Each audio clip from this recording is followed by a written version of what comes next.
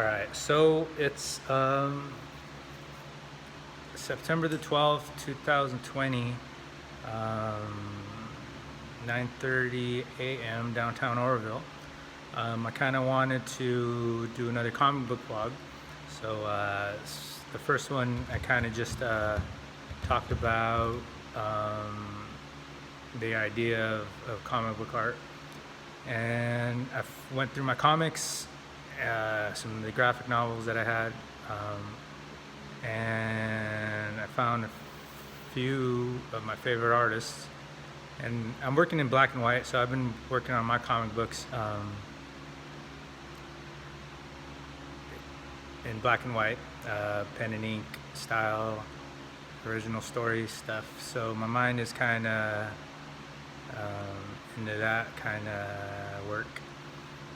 So what I'm gonna do is kind of just start this pretty informal and show a few of these books. So let's see. So the first ones are the OMAC story.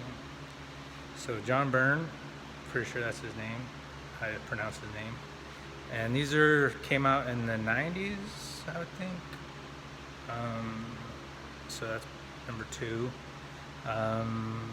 There are 4-issue limited miniseries from DC Comics based on a character created by Jack Kirby, which is, if you know comics, he's one of the greats, if not the great, in the comic book world, in the superhero genre, and he did a bunch of other genres. And I just watched a YouTube on DC,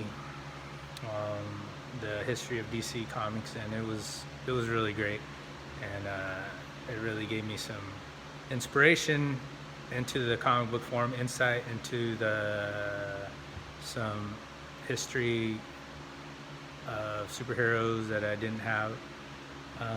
But this is more about the art form itself. So even though I'm not really breaking it down, hopefully I'll be able to show you my work and kind of how I'm doing the storytelling.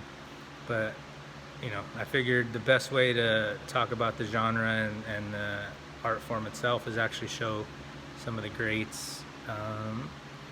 And then I actually got this one. I'm not sure if I'm going to get to this one, but I'm going to go do these pretty quick and not give a super oversight. Like I said, it's going to be informal.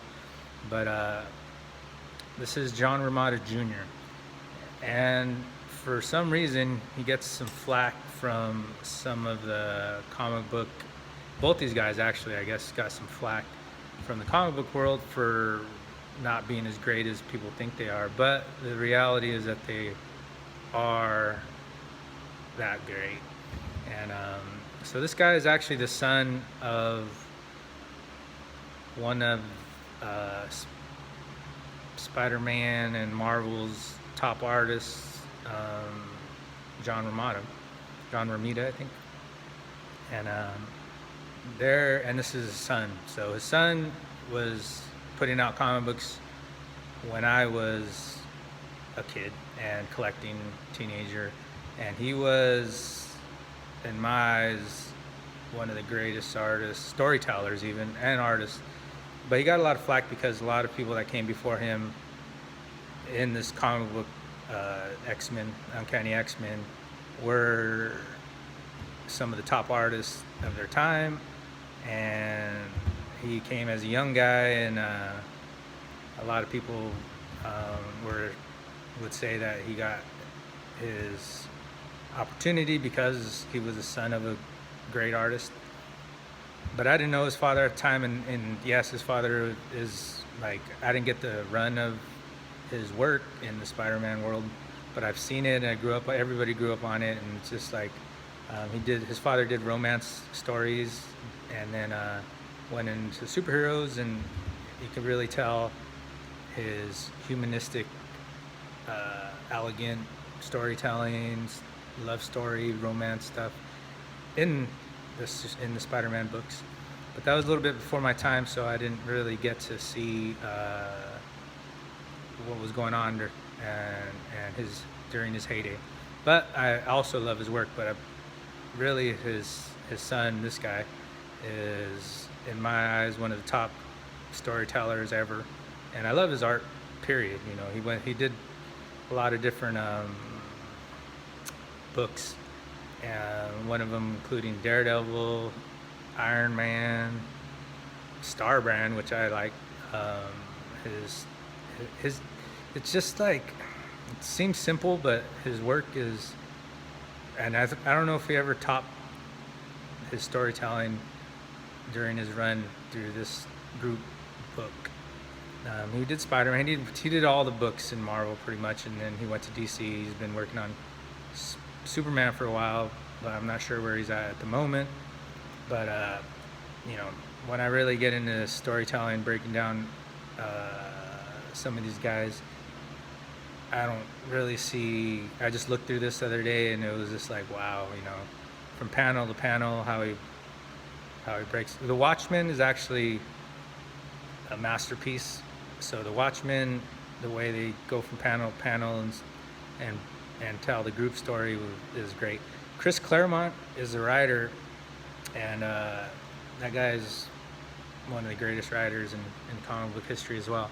So let me go through this John Byrne stuff because it's great. So this guy is OMAC, and he kind of redesigned him a little bit, made him a little bit more buffed. This is the first version that I've ever saw of OMAC, One Man Army Corp. And this is after he did his bunch of stuff at Marvel, and I think a lot of his indie inspiration, black and white artsy stuff, was because Frank Miller, the guy that did Dark Knight and whatnot, was running the show at the time. This guy was more of a tell stories of characters already made and kind of make interesting plot lines. But this is one of his offshoots that didn't get its credit. I think it did, but it didn't till lately. I think people have been realizing how great he really is. And if you can see, like, the detail he put into it is really, he does a lot of techniques that other people don't do. So the splash page is an opening / splash page, which normally, they want it to be engaging and kind of tell what the stories, give the setting of the story. So this guy kind of breaks some of the rules by just showing a big explosion of the main character, which, this is a character that was already forgotten, and so he's pretty much reinventing him, which is actually his specialty. So then he goes in and he gives some setting, and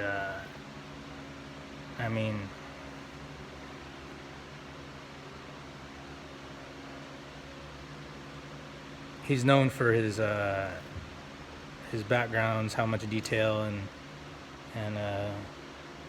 and his good-looking women, and his also his ability just to be great. I don't know how else to say it. Like, this is not even like his normal work, but this is some of his, as an artist, this is some of my favorite work that he put out during this time. You could pretty much see how much detail he put into it. And this guy's been working in the comic book field before this book already. He already conquered the comic book world. So this is just his fun work. So as you can see, it's pretty gritty, and it's all black and white. He has some technique in there where he does, I forget what that's called. I never use it, but it's some kind of film that they put on there. And he's used it since. Um, so yeah, these, like I said, these comic book artists really put a lot of time into their finished pages. Make them clean, and sometimes I've seen some of their work at the conventions, and it's like, dude, how did you even like? They'll like sketch on a book's page, and then they'll use a light table and sketch over that, and then do detail, and then they have like 3 processes before they even like ink the page, so their pages are super clean. You can see some of his background work on that panel. So the interesting thing, so you got 4 panels. He's a writer as well, so he's also the writing on this book I think is really great. It's a time traveling kind of story, and it's more for adults. It's like apocalyptic-ish world, so it's kind of Mad Maxy, and so it gets more adultish. But his panels are pretty basic, storytelling, comic book squares, and breakdown.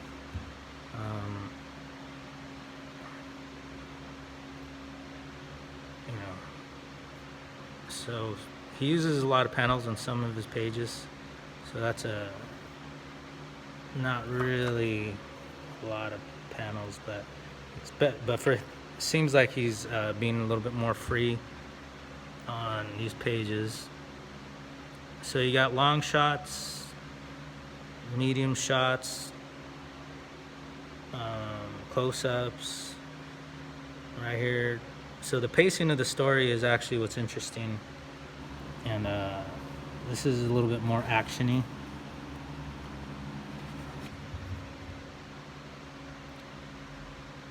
So the plot line doesn't really reach its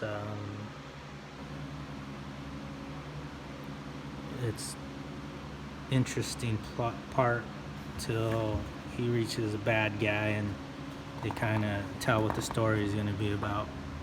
This is all just a prelude, beginning, action, set up the character and the world. And that's what's interesting about storytelling, and is that you're telling your own story. You're telling a visual story, and you get to control the action and the pace and the characters, the acting, if you will. And for this, it's all black and white, so you can see how much black and white. It's very important for, and I think for him, experiment with the how much black you put on a page and whatnot. And as a one-man team, pretty much this guy's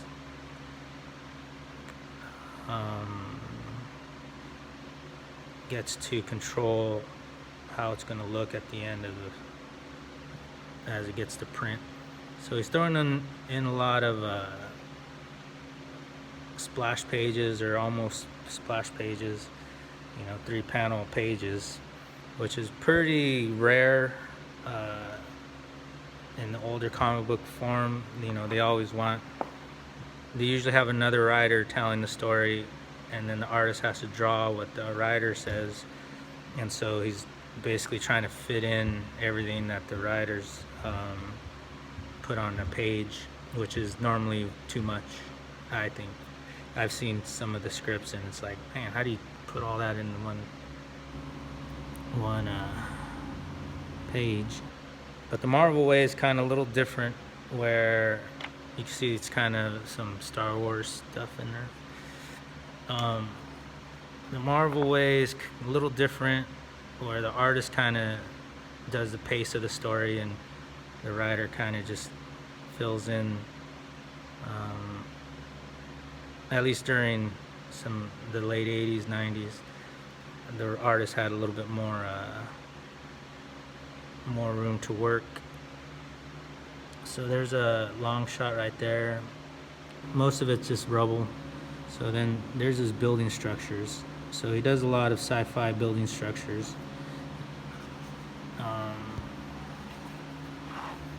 So it doesn't really get to what the story's about, and he gives some homage to the original books. So like I said, this guy's a time traveler. This is him already old. He's fighting Big Brother Eye or whatever. Or I'm not sure exactly who the bad guy is, but it's kind of like clones and like a perfect world, and like I said, time traveling, fighting against a smart guy. And then there's a smart guy. And I think probably in the original pages, in the original story of Jack Kirby, that guy wasn't that old. So I think he's pretty much doing his version of the character and story, but giving like a closure to what the story was about. So that's the first one. I won't go finish the whole book, but then they do a color thing right there. So here's his real work. This is how he actually, the detail that he normally puts into his storytelling, and this is normally what they like to see, setting and so this is when the guy's already, he time travels and he's a younger version of himself. I don't know if he's supposed to. So it's like a whole story where he's not supposed to be, he loses his memory when he time travels, I guess, and so, it's like a loop. That's, spoiler. And then, so this is his work right there. This is, so you can see how many panels. So that's a little bit more panels in the last book. He did a Superman storyline, or a few books that were very well received, and I mean during his time he was a top man. So, and in my eyes, and I think art history, especially the comic book world, we'll see him as one of the top 5 artists of comic book artists, and he'll be on the higher rank of that top 5 as far as American artists. I mean, you can look at some of the Japanese artists and they're pretty amazing as well. So it kind of goes through. I don't want to ruin the story, it's too much, and I don't have too much to add to it, other than it is a great story. And like I said, it's more adultish. The guy actually kills Hitler in this one, so it's actually pretty cool story. So there's some of his tech work.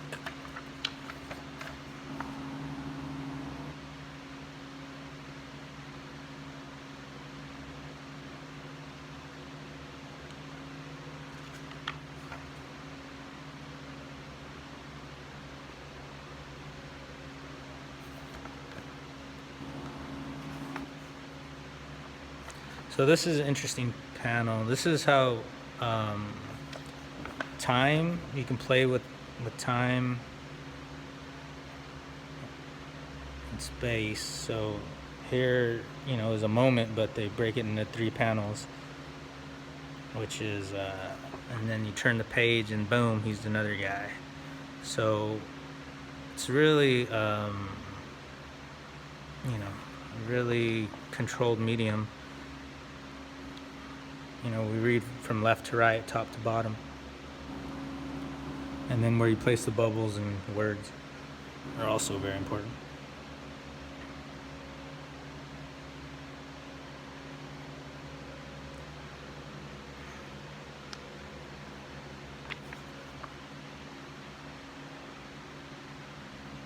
So yeah, this guy's if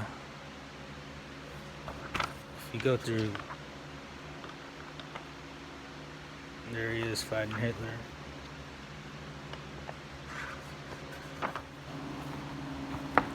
So he's a history buff actually. He's really technical in his machinery and architecture and stuff. So pretty sure he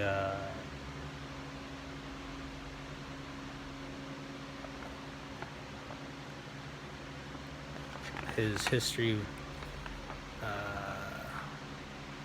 lessons are pretty good. So yeah, so he messes with history in this one, which is pretty cool.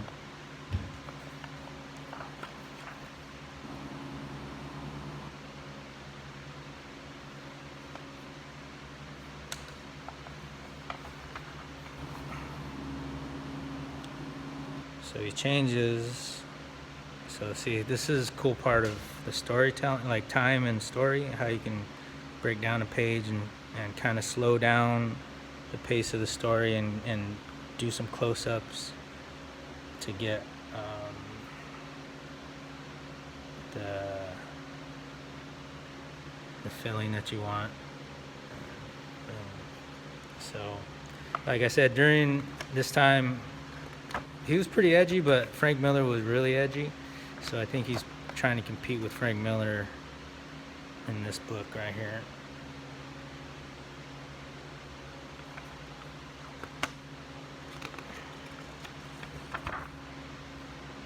So yeah, so he does some of this. He does some like interesting panels where he'll do like faces, like a bunch of faces. I mean, he's a writer, so sometimes he's really wordy, which I think his older books that he did when he first started writing, he was a little bit too wordy, but by this time he was already good. So yeah, I mean, pretty interesting artist, interesting storyteller.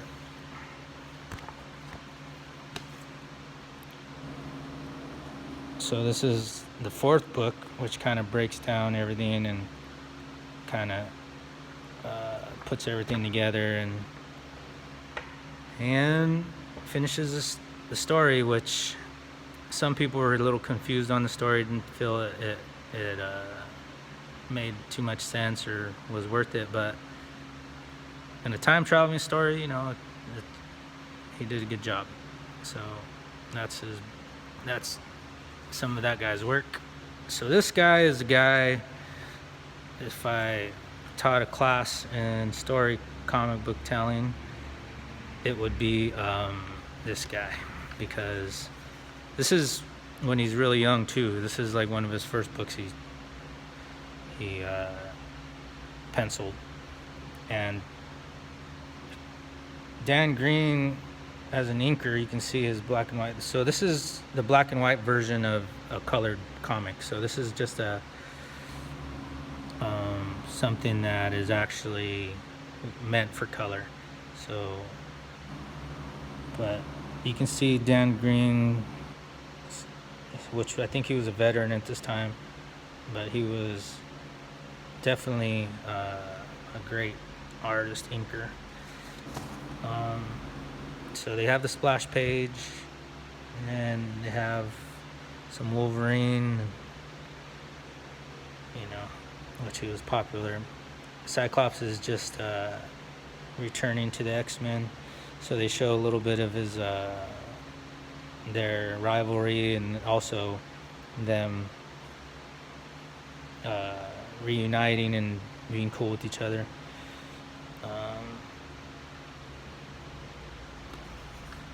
So yeah, so this is how much panels they normally put in a book. So they're Chris Claremont is familiar with the characters. He's been running them for a while, since by the time they got here, and he pulled in a character, Jean Grey, Rachel Summers, which is their daughter from the future, which might be the timeline that they're really in or not. And then, but they don't know, or maybe they know. I don't know. I forget where we're at in the story. But this is pretty much how much panels they want. So she's trying to talk to him about it, and they're both like, he's like a close off kind of dude. So he's trying to get involved with the team again, and they're fighting because I guess Charles Xavier is gonna die, or he's sick or something. So there's a lot going on. But what I like about this is this panel right here. So they're talking about him and his ailment, Professor Xavier, and then as they talk, and up here they go, and then they show her right here, which is like a great thing for a comic book, because they're leading you from here, and then as you're reading it, you're going here, and you can tell like the writer, it's a separate writer because how much words are there. Because normally writers don't put that much words. So they're really, the writer wants to be a real writer, so he's putting as much words as he can. And the artist is trying to compensate and tell the story, and not just put a bunch of talking heads. So she's a telepath, she's listening. So they break it down from here. And the cool thing about this guy is I don't know if it's because of his father or whatnot, how he got so good at storytelling, but how he leads, or if it's Chris Claremont, whoever breaks down like how they lead to the story. So this is like one scene, and at the end of the scene, they kind of set it up here where she's there, and then it ends the scene with her, it's like a soap opera, and then they'll go to another scene, which is completely different characters. And this is the government and the evil mutants, which is Mystique, which the movie didn't really, I don't think they did a good job with the X-Men as far as the character storytelling. And this girl, that's Mystique right there, and she's which I love the actor as an actress, but whoever wrote the story didn't do it right. They should have had her as another character.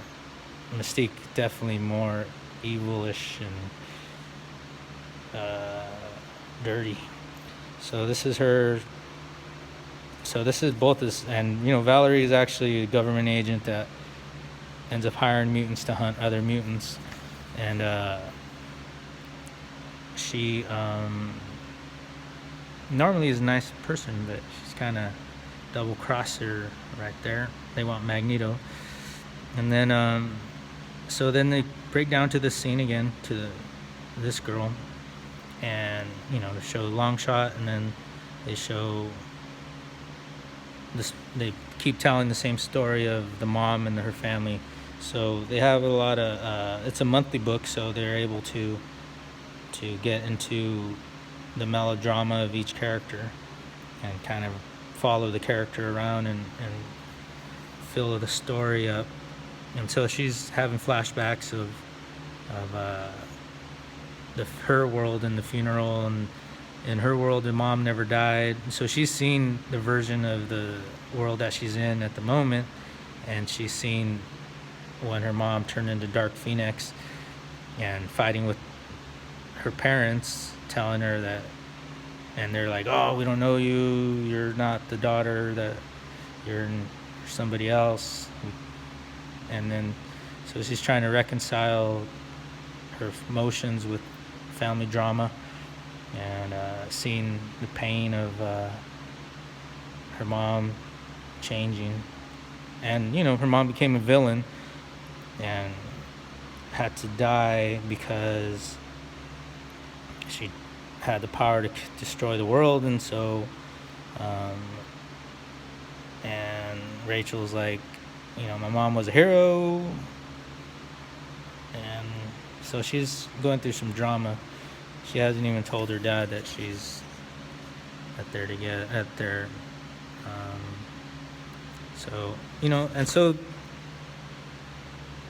the storytelling's cool, and what's interesting, if you break it down, it's like I said, one scene, all of it, one scene, and then and she's still in the same scene, but then they have like a long panel, which is cool in the comic book medium. You can scroll down from left to right, top to bottom, and and they have this page where it's one panel on the left and then 4 panels on the right. So it's all kind of the same setting, and then some action happening. Then she's remembering she was a hunter, for the government, a mutant hunter in the future, and it's a good story, man. Just like such a good story, and she feels guilty because she gave up on on her kind, and kind of like slavery. This is where comic books really delved into the idea of slavery and apartheid and all this genocide, and this is what made X-Men great, is that they had this story that they were always hated and hunted, and then but they, like the Terminator kind of feature, they had the whole hunting mutants and they're almost dead kind of stuff. So she decides to be Phoenix, which I love the art, even if it's simple, it's still like flowy and simple, but just iconic, and Dan Green's inks are just really right on. Nice texture, nice lines.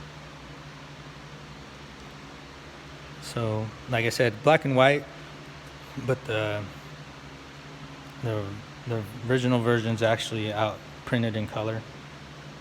So these guys are making art for color version, but their black and whites are really, during this time, they really wanted the line work to be the best it could be, clean as possible, and I think these guys provided that. This is top selling comic book of its time, so even though they were on a rush to finish the work every month, they were also, everyone was looking at whatever they created. They were the heroes of the industry because they were bringing in all the readers. And till this day, like, these stories are so compelling that they're able to, you can show them to people that don't read comic books, and they'll actually get into it. There's so much melodrama that this character's, it's just like it's just good. It's good storytelling. So yeah, so then there's some action. They start doing some action. So it took a long while to get some action, right? I mean, so normally comic books are just all action. This is actually more character driven. So these guys they're showing the mutants that were evil mutants. Now they're working for the government, and they're after Magneto. He's a good guy now. He's reformed. He wants to, I guess, and they do like this is where they started doing the whole Malcolm X and Martin Luther King, where Malcolm X is actually, trying to save his people. This guy was in Auschwitz, like a Jewish guy his family was killed by the Nazis, so he's hateful. And so they're actually using that storyline by saying he was actually trying to help his people from being genocided. So they're kind of mixing it up in this story. So the artist, you can see how he moves the story. So right here, the X-Men come in, but from the left to the right, you know, there's these guys looking there, and then they're breaking through. It would read different if it was the opposite. So you always want to think about where the words are going to go,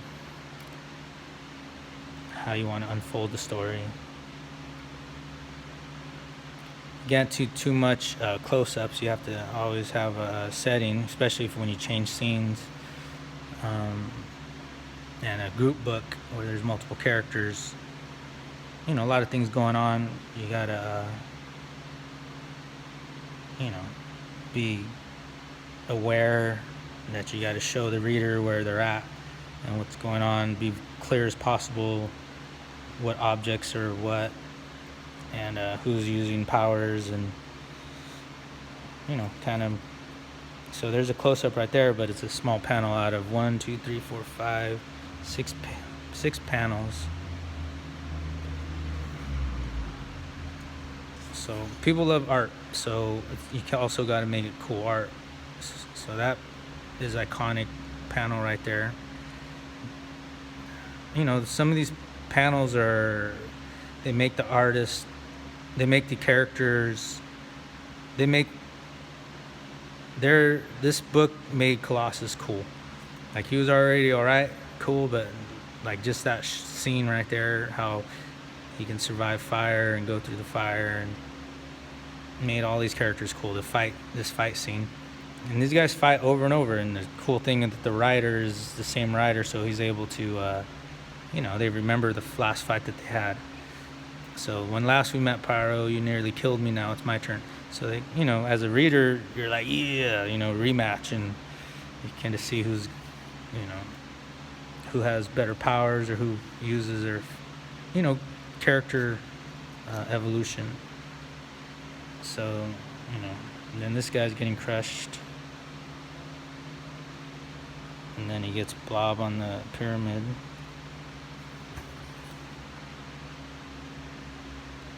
And then they're showing these guys out there got beat up by Avalanche, the two main guys, which is, you know, pretty dramatic when you're a reader and you're a fan of Wolverine, Cyclops. They got knocked out by Avalanche right there.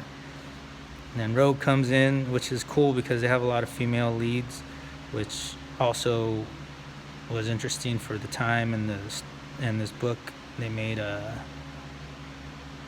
women as important, if not more, to the team as a powerful teammates and part of the action and all that leadership, and then the bad guys too, you know. So, and then Wolverine's always ready to kill somebody. He gets more nicer as time goes on, but so then there's a long shot right there.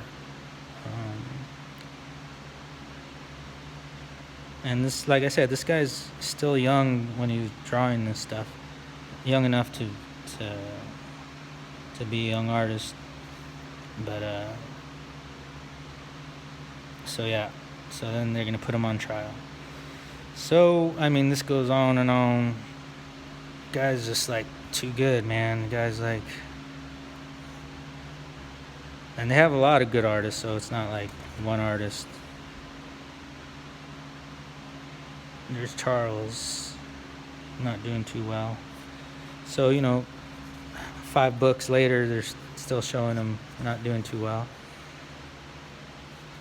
And then trial going on. They got people free Magneto, X-Men, which they didn't do that. It's really political. They go into some politics. And then there's another artist right there, Rick Leonardi. He's a great artist.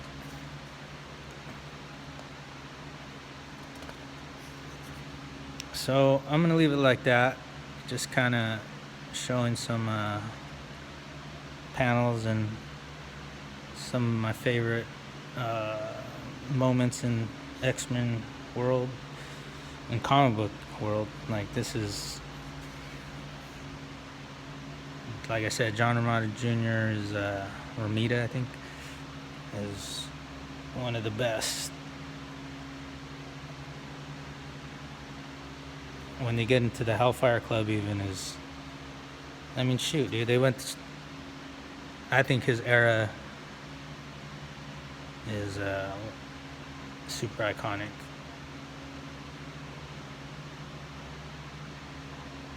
I think if they just made a movie of his stuff, X-Men would. And I think they actually did. In this era, this is pretty much what they try to pull from. Though I think kind of unsuccessfully mumble jumbled it. I mean, not to hate on them, but the source material is just too good. Hundreds of pages, 1,000 pages.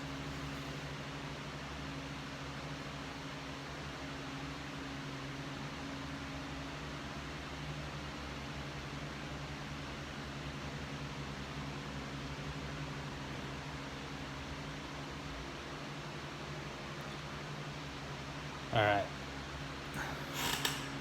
So that's my first video of comic books. Peace.